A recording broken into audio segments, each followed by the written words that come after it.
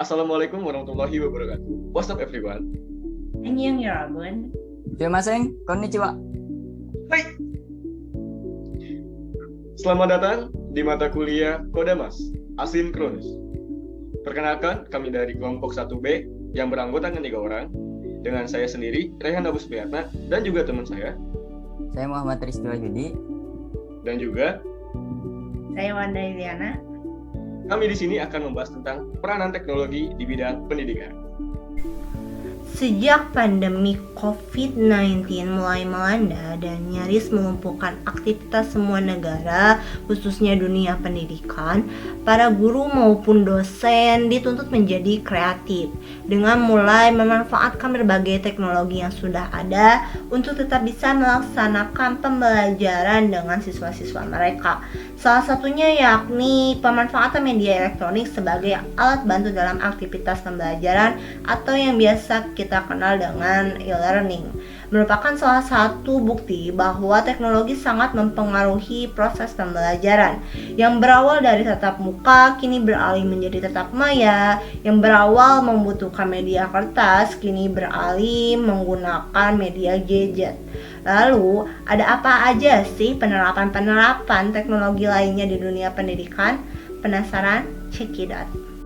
Oke, yang pertama ada e-learning. Pada tanggal 12 Agustus 2014, Google Apps for Education memperkenalkan sebuah aplikasi learning bernama Google Classroom.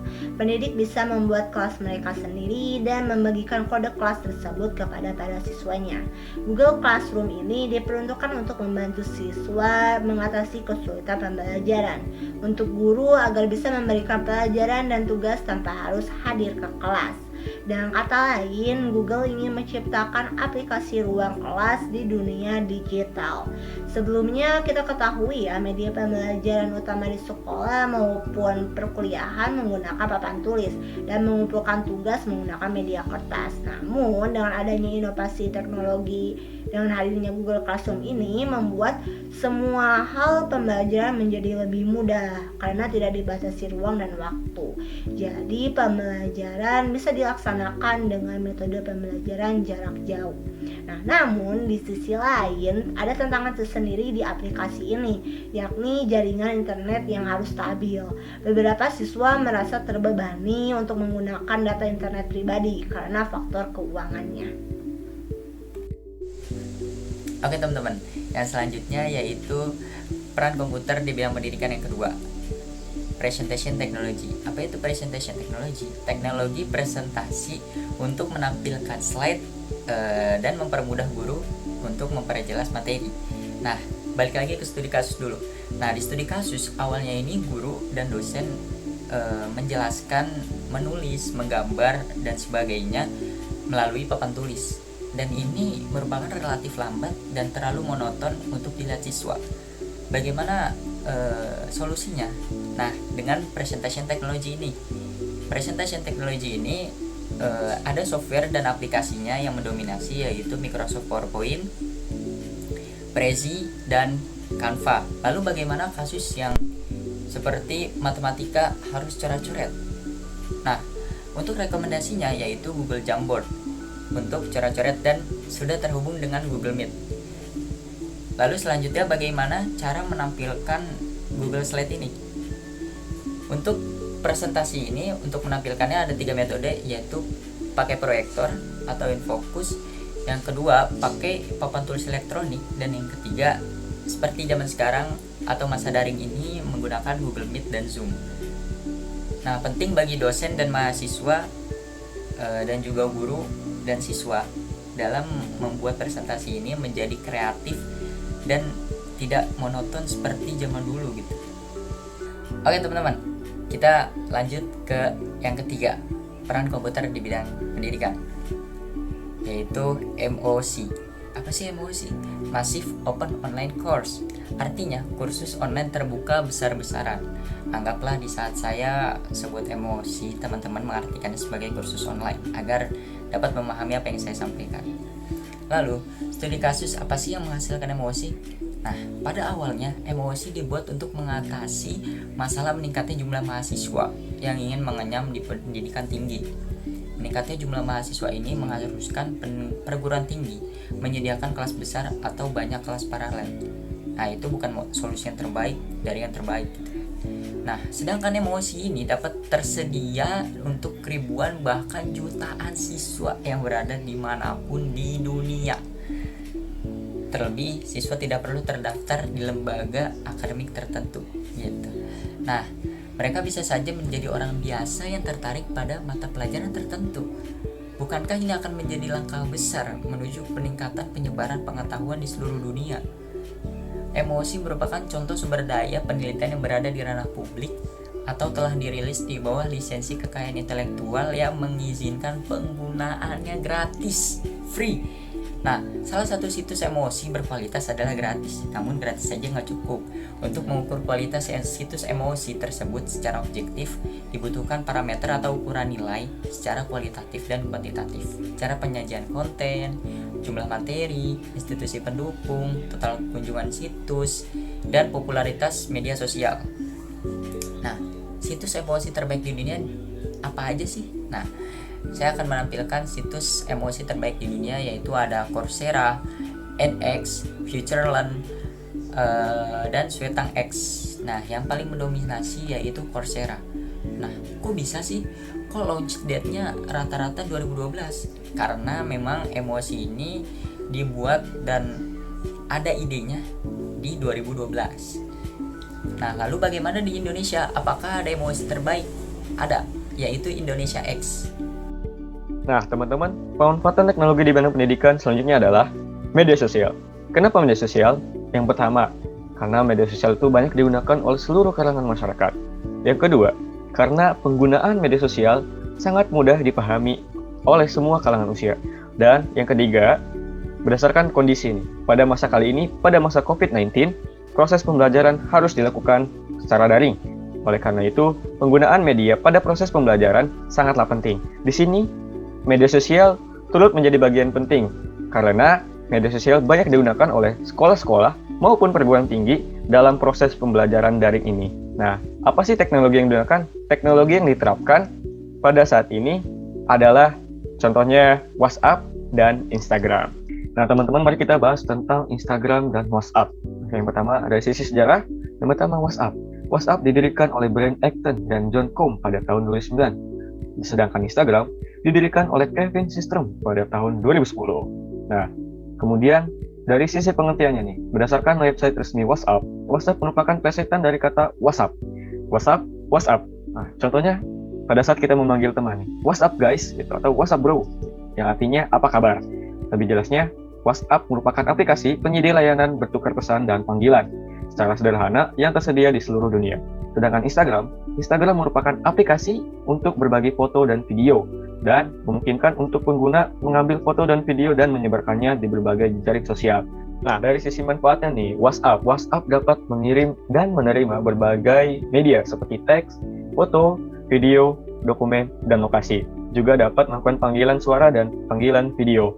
Nah, contoh penerapannya nih, ada di tingkat TK, SD, SMP, maupun SMA yang menggunakan WhatsApp sebagai media pembelajaran daring.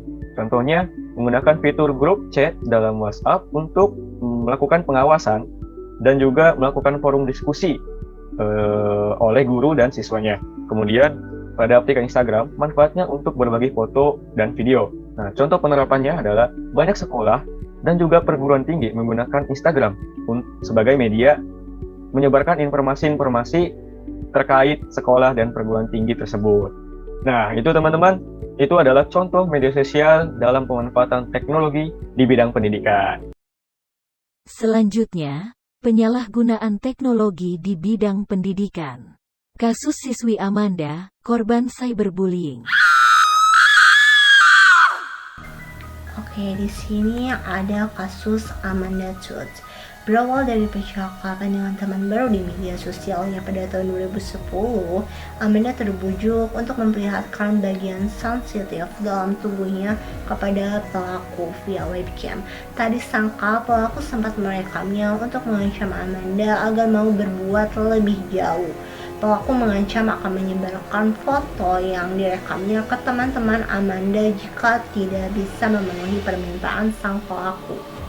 Amanda pun jelas menolak dan akhirnya foto tersebut pun tersebar di media sosial. Berbagai hinaan untuk Amanda terus mengalir begitu saja di media sosial. Inilah awal Amanda dibully di sekolahnya, dijuluki pelacur dan bullying lainnya. Lalu orang tuanya pun memutuskan untuk memindahkan Amanda ke sekolah lain dan sekaligus pindah rumah. Namun sayangnya, jejak digital terus mengikuti Amanda kemana saja ia berpindah. Perundungan semakin serius hingga Amanda pun depresi. Dan Amanda pun beberapa kali mencoba untuk bunuh diri. Selamat dari upaya bunuh diri, warganet justru semakin ganas merundung Amanda. Dan puncaknya, Amanda pun tewas gantung diri pada akhir tahun 2012. Nah, teman-teman, berdasarkan studi kasus di atas nih, kasus di atas merupakan tindakan cyberbullying. Lalu, apa itu cyberbullying? Cyberbullying merupakan tindakan agresif yang dilakukan secara sengaja oleh individu maupun suatu kelompok melalui media elektronik. Nah, ada beberapa jenis nih cyberbullying. Yang pertama ada pelecehan seperti studi kasus di atas, kemudian ada penghinaan, ada penipuan, hingga ada ancaman. Nah, sesuai studi kasus di atas, teknologi yang digunakan sebagai tindakan cyberbullying adalah media sosial. Nah, ada beberapa faktor penyebab mengapa media sosial menjadi sangat rentan untuk tindakan cyberbullying. Yang pertama adalah akses internet yang sangat rentan dan lemah sehingga digunakan untuk tindakan-tindakan yang berdampak negatif. Yang kedua adalah kelalaian si pengguna. Dan kemudian dari segi teknologi, sistem keamanan jaringan yang lemah. Kemudian yang terakhir ada faktor lingkungan yang menyebabkan si pengguna terlalu lalai dalam menggunakan media sosial, kemudian menyebarluaskan informasi tentang dirinya yang membahayakan dirinya sendiri. Oke, kemudian teman-teman ada beberapa solusi untuk mengatasi tindakan cyberbullying. Yang pertama ada meningkatkan keamanan antar pengguna pada media sosial agar tidak rentan disalahgunakan oleh pelaku. Kemudian yang kedua ada mengedukasi masyarakat untuk mencegah masyarakat melakukan tindakan-tindakan yang membahayakan diri sendiri juga orang lain. Kemudian yang ketiga, menggunakan teknologi dan juga menciptakan teknologi anti cyberbullying. Nah, di dunia ini ada beberapa teknologi yang mengatasi tindakan cyberbullying. Salah satunya adalah teknologi yang diciptakan oleh Intan Rao. Aplikasi ini bernama Kindly. Nah, aplikasi ini bertujuan untuk mencegah si pelaku untuk melakukan tindakan cyberbullying.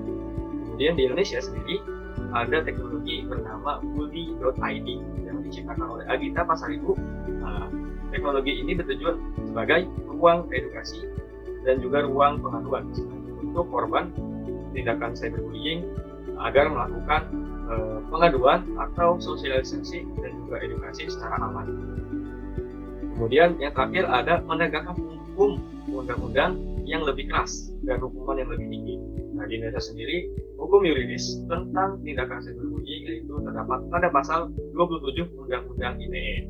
Kita harus hati-hati dalam menggunakan media sosial dan jangan sampai kita menjadi korban selanjutnya. Baik teman-teman, kesimpulan dari pembahasan kali ini adalah banyak sekali inovasi komputer dan teknologi dalam bidang pendidikan seperti apa yang dijelaskan sebelumnya. Semakin banyak masyarakat bergantung pada teknologi digital, semakin kita mengandalkan perangkat lunak untuk menjamin keselamatan kita. Ya, semoga inovasi komputer dalam pendidikan terus berkembang agar terwujudnya tujuan pendidikan berbasis digital di seluruh dunia. Nah, teman-teman, sekian pembahasan materi dari kelompok kami. Kurang lebihnya mohon maaf. Semoga apa yang kami sampaikan dapat berguna bagi kita semua. Dan jika ada yang ditanyakan, dapat bertanya di kolom komentar. Kami dari kelompok 1B pamit undur diri. Terima kasih. Wassalamualaikum Wassalamualaikum warahmatullahi wabarakatuh.